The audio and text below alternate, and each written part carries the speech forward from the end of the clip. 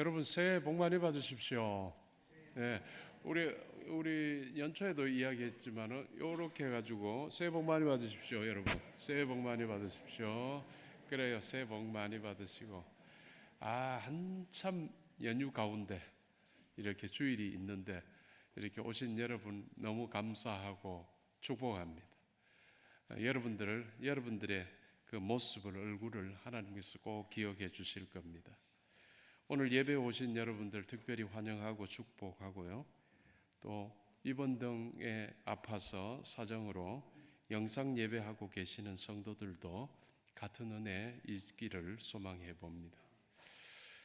설날 연휴가 되면은 지금 벌써 고속도로는 꽉 찼다 그러고 모두가 들뜨죠.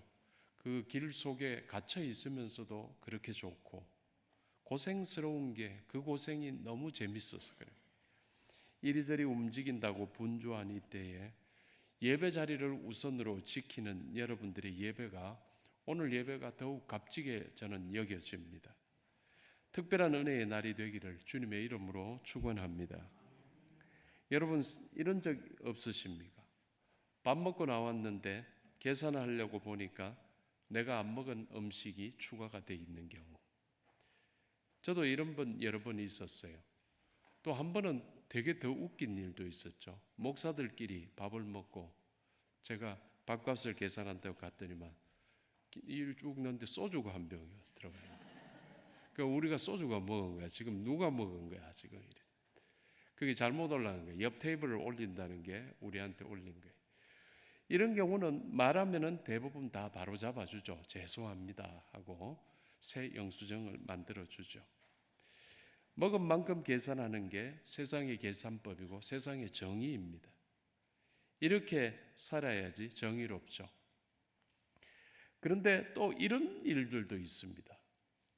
휴가 나온 군인들이 네다섯 명 앉아서 밥 먹고 있는데 나가시던 어른들이 밥값 계산해 주고 나가는 거예요.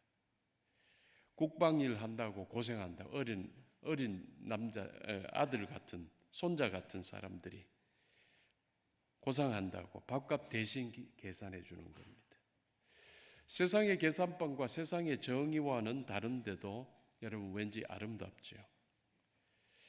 그 세상은 먹은 만큼 밥을 계산하는 게 정의라면, 그런데 군인들에게 밥값을 대신 계산해 준 어르신들 같은 경우가 바로 하나님 나라의 계산법하고 비슷합니다. 하나님 나라를 실천하는 교회의 정의도 또 이와 비슷하다고 할 수 있습니다. 이러한 하나님 나라의 계산법을 신비로운 은혜의 계산법이라고 합니다. 하나님의 은혜는 신비롭습니다. 이건 논리적으로 1, 2, 3, 4로 이야기할 수 있는 게 아닙니다. 신비로운 겁니다. 그 은혜의 계산법도 그래서 신비로운 겁니다. 세상도 압니다. 이렇게 어린 군인들 수고한다고 밥값 내주는 거. 그렇지만 다들 그러기 힘들거든요. 선뜻 먼저 실천하지는 못할지라도 교회는 이 일을 해나갈 때 세상도 교회를 아름답게 여기게 됩니다. 교회가 참 좋은 곳이다라고 평가해 주죠. 그래서 교회가 교회답게 성도가 성도답게 살 때 이 세상이 도움을 받게 됩니다. 여러분, 하나님의 은혜는 정말 신비롭습니다. 또 이 은혜의 계산법도 참 신비롭습니다. 여러분도 이 신비로운 은혜의 세계를 정말 풍성하게 누리며 살았으면 좋겠습니다. 그런데 모두가 하나님 나라의 은혜의 신비를 온전히 누리며 조화롭게 살면 좋겠지만 또 우리 삶이 세상 가운데 있잖아요. 그래서 우리가 알지만은 또 그러지 못하죠. 늘 우리가 예배 전에 참회의 기도를 드립니다. 그 전부 우리가 알면서도, 우리가 하나님의 자녀인지 알면서도, 하나님께 영광이 되기를 소망하면서도 우리 몸은 따로 움직였던 것을 하나님 앞에 회개하는 것이죠. 왜 그럴까? 그것은 우리가 은혜의 세계를 살면서도 세상의 계산법을 버리지 못하고 있기 때문입니다. 다시 말해 교회 안에서는 은혜의 계산기 말이 돌아가면 좋겠는데 그렇지 못할 때가 있다는 거죠. 여러분, 교회에서의 헌신은, 모든 헌신은 은혜의 차원입니다.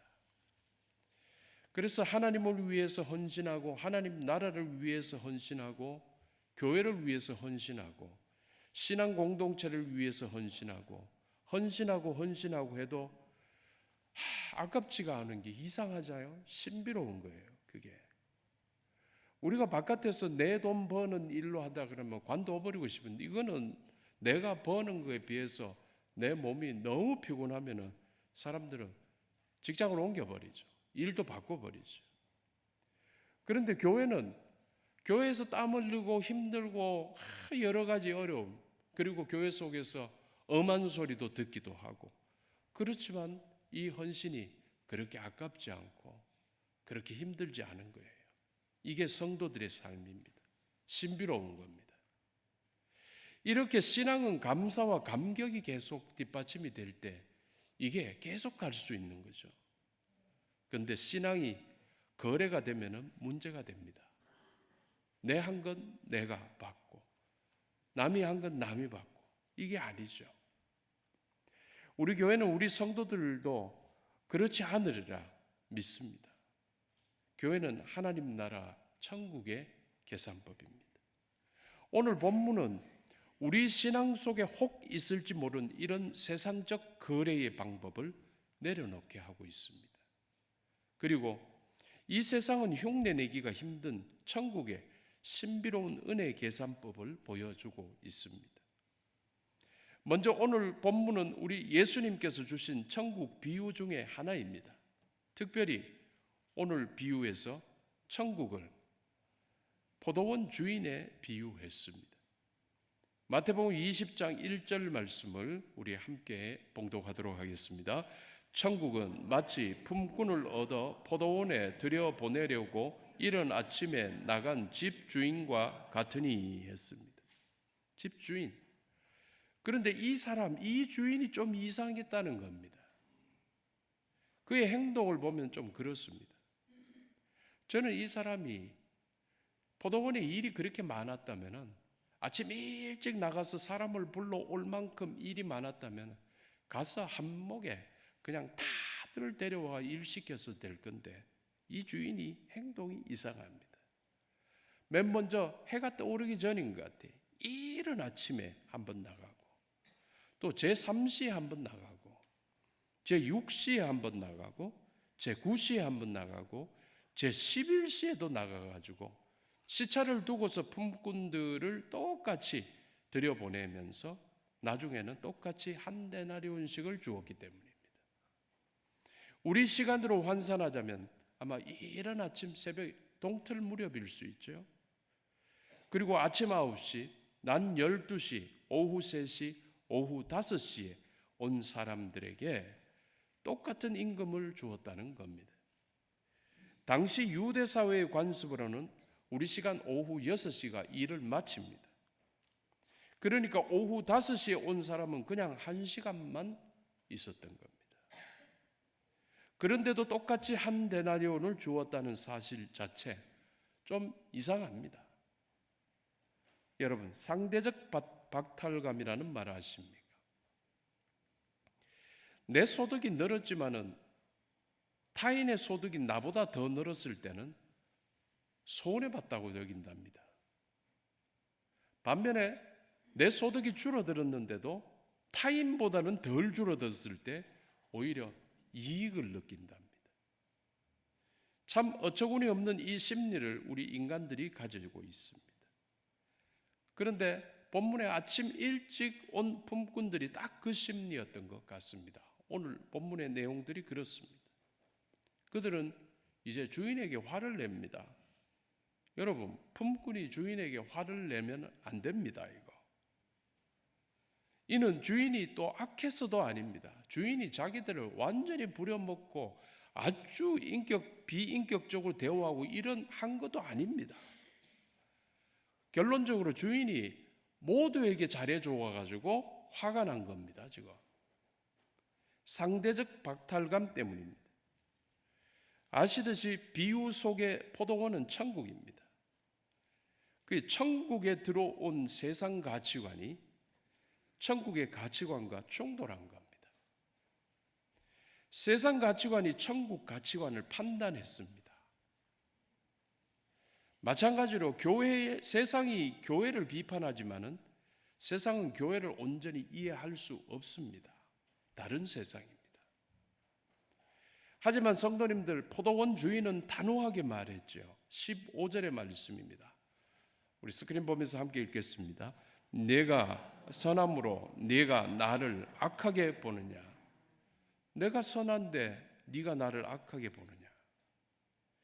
이 질문은 오늘 우리 같은 교회 속의 사람들에게 던지는 질문이자 경고입니다. 이미 포도원에 들어와 있는 모든 사람은 이미 천국에 들어와 있는 사람인데, 천국에 들어온 사람들에게 지금 던지는 질문이자 경고입니다. 교회를 천국으로 만들어야 하는데 교회가 세상 가치관으로 살 때에 대한 경고입니다. 우리 교회를 교회답게 하는 우리 성도들 되시기를 주님의 이름으로 축원합니다. 여러분, 아침부터 몇 차례 들어온 사람들에게 주인이 한 약속이 있었습니다. 마태복음 20장 2절과 20장 4절 두 가지입니다. 제가 읽겠습니다. 그가 하루 한 데나리온씩 품꾼들과 약속하여, 4절은요, 상당하게 주리라. 첫 번째는 한 데나리온, 두 번째는 상당하게라는 계약이었습니다. 하지만 오후 5시에 들어온 사람들을 보십시오. 그들에게는 계약이 없고 계약서도 없습니다. 포도원에 들어가라는 주인의 일방적인 부름만이 있었습니다. 여러분, 이게 꼭 우리 구원 같지 않습니까? 저와 여러분, 우리가 구원받은 것, 하나님과 어떤 계약 때문에 된 게 어디 있습니까? 만약에 계약이라면 이렇겠죠. 하나님, 제가 명절 연휴에도 주일날 교회 나가서 예배 드릴 테니까, 주일 성수할 테니까 천국 꼭 넣어 주십시오. 이건 계약이죠. 이렇게 거래하신 분 계십니까? 없죠. 구원은 이런 게 아니죠. 구원은 우리가 하나님께 드린 노동과 수고의 대가가 아니기 때문입니다. 그게 아니라 구원은 하나님께서 우리에게 베풀어 주신 일방적인 초대의 결과입니다. 천국에 들어가라는 주님의 하나님의 초대로 우리가 구원받았음을 여러분 믿으시기를 바랍니다. 그래서 구원받은 우리의 신앙이 깊어질수록, 여러분, 신앙이 깊어질수록, 즉 우리 구원 신앙의 시간이 길어질수록, 즉 우리 구원 신앙의 정도가 깊어질수록 우리에게는 패러다임의 대전환이 일어나게 됩니다. 생각에 다른 틀이 생겨나는 겁니다. 내 모습은 똑같은 것 같지만은 말이죠, 내 속에는 다른 생각들이 자리 잡게 되는 겁니다. 사도 바울이 그랬습니다. 예수님을 다메섹 도상에서 만나기 전에는 그는 바로 직전까지 세상의 논리와 똑같았습니다. 율법을 지키면 구원받고 율법을 안 지키면 구원 못 받고, 그래서 율법을 안 지키는 자에게 처절하게 처벌하고, 예수도 처벌했고 예수 믿는 자들도 다 처벌하려고 그때까지 그렇게 밤잠을 안 자고 밥도 안 먹고 뛰어다녔던 것 같습니다. 처벌하기 위해. 그런데 그가 예수님을 만나고 생각이 바뀌게 됩니다. 그는 그의 서신서를 통해서 달라진 생각을 여러 군데서 계속해서 고백하고 있습니다. 고린도전서 15장 10절을 하나를 대표를 해서 읽겠습니다. 스크린 보면서 읽을게요. 내가 나 된 것은 하나님의 은혜로 된 것이니 내가 한 것이 아니요 오직 나와 함께 하신 하나님의 은혜로라. 지금 이 상황은 뭐냐면은 사도 바울이 교회도 많이 짓고 지금 사람들에게 칭찬받아야 될 때입니다. 역시 바울이다. 역시 바울이니까 또 그랬네. 칭찬받아야 될 때에 지금 내가 한 게 아니고 하나님께서 한 게다. 다메섹 도상에서 예수님 만나기 전에는 말이죠, 사람들이 칭찬 가운데 바울은 어떻게 했습니까? 뭐 조금 힘썼더니 그리 됐네요, 이런 식으로 대답했을 수 있습니다. 힘들었습니다 라고 이야기했을 수 있습니다. 그런데 지금은 생각이 바뀌었습니다. 생각의 틀이 달라졌습니다. 내가 한 게 아니었고요, 하나님의 은혜로 다 됐습니다. 생각에 다른 틀이 생겨나는 겁니다.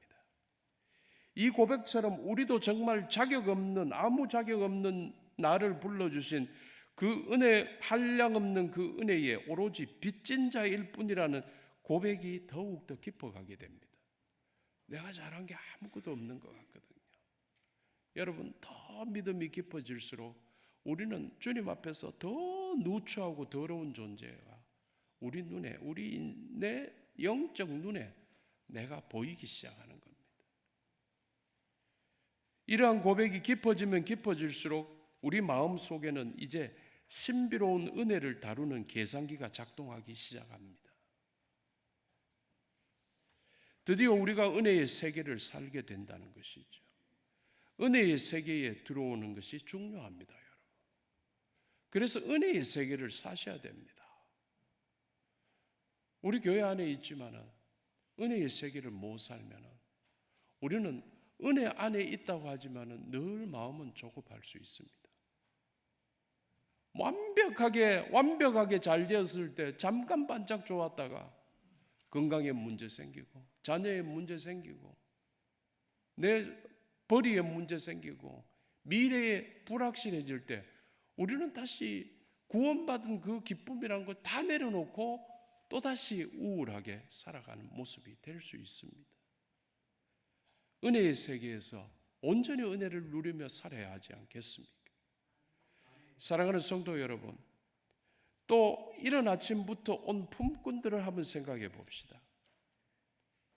그들은 처음 한 데나리온을 약속받고 그 어두컴컴한 시간에 그전에는 그만큼 일찍 부름받지도 못했는데 그날 아주 일찍 그 사람이 일찍 나왔다는 게 뭐겠어요?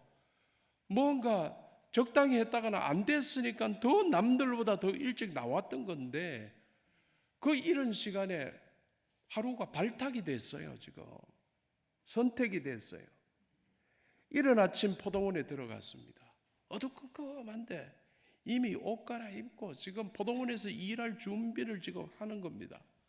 여러분, 춥기나 했겠으며 힘들기나 했겠습니까? 얼마나 기뻤겠을까? 감사하게도 오늘 가족들 오늘 굶기지 않을 수 있겠다. 품삯 받아가지고 저녁 빵 사들고 들어가면 우리 가족들 다 먹을 수 있겠다. 콧노래 부르면서 얼마나 즐겁게 기쁘게 일했겠습니까?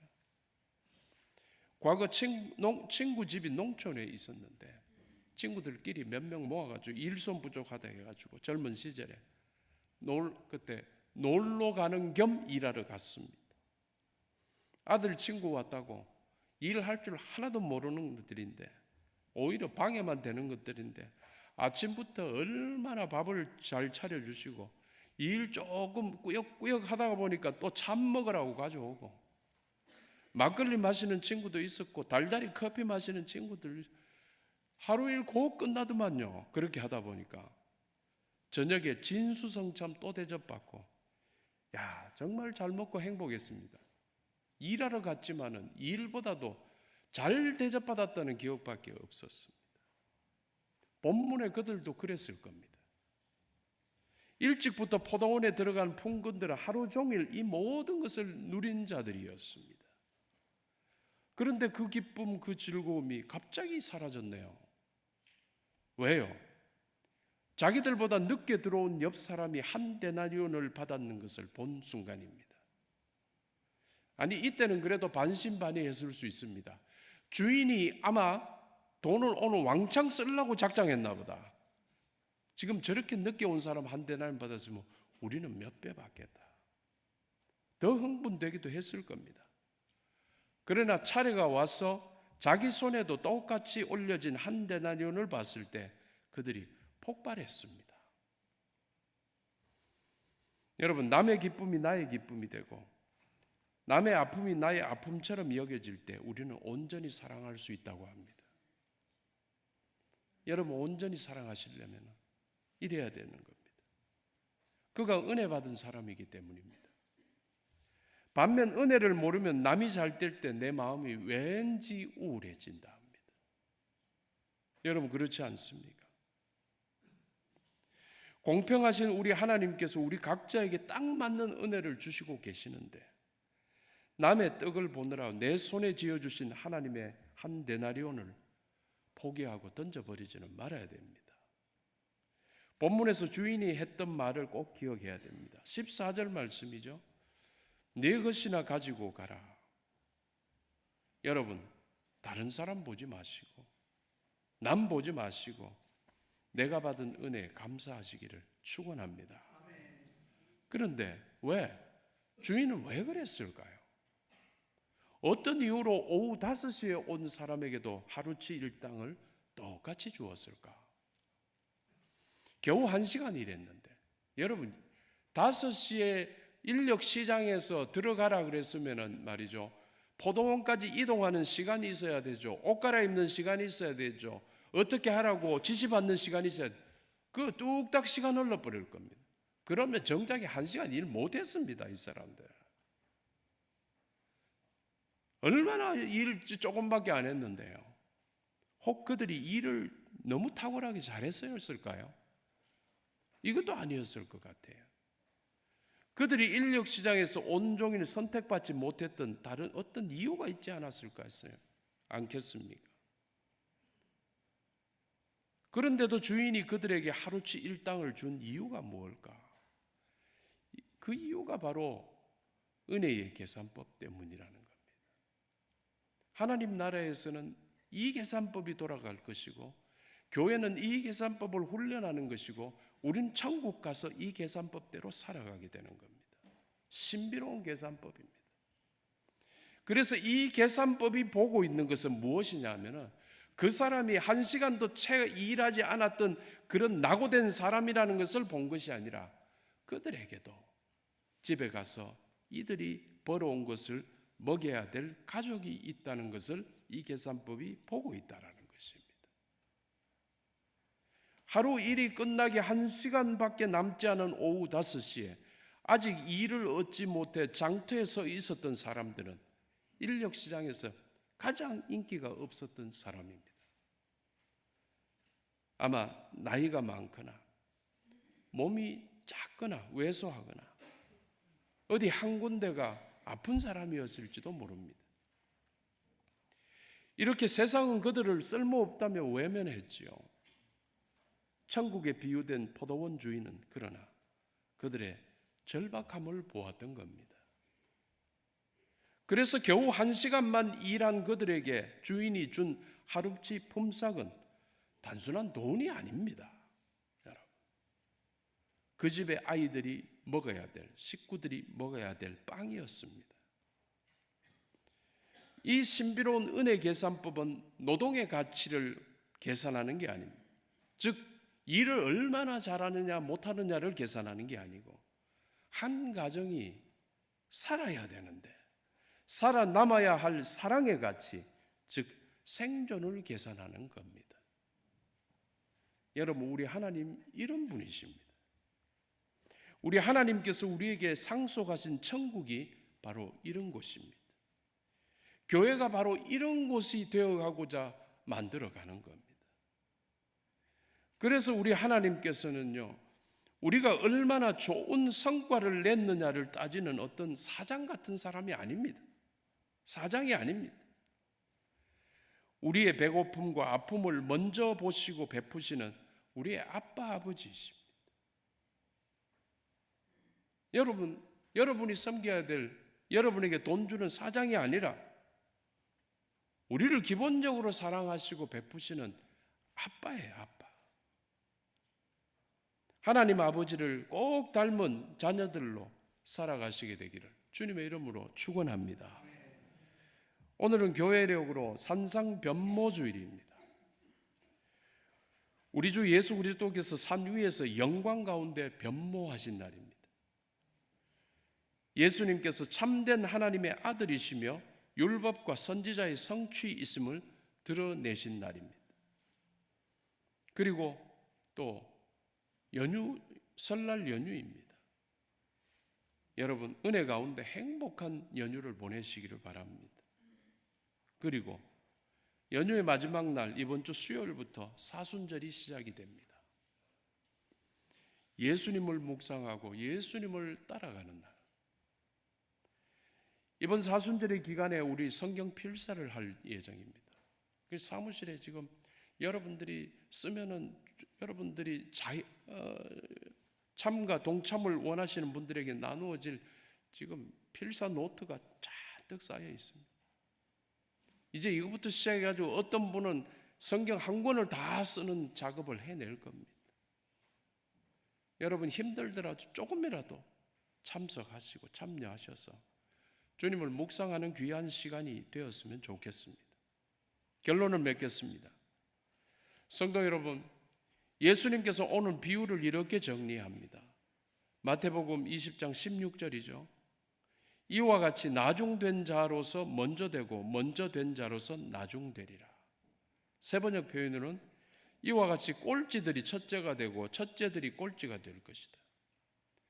이거 먼저 믿은 사람들을 꼴찌로 만들겠다는 저주가 아닙니다. 이거는 먼저 믿은 우리가 은혜의 감격을 만약에 잃어버리면은 우리도 마음으로 꼴찌가 될 수가 있다라는 사랑 어린 경고입니다.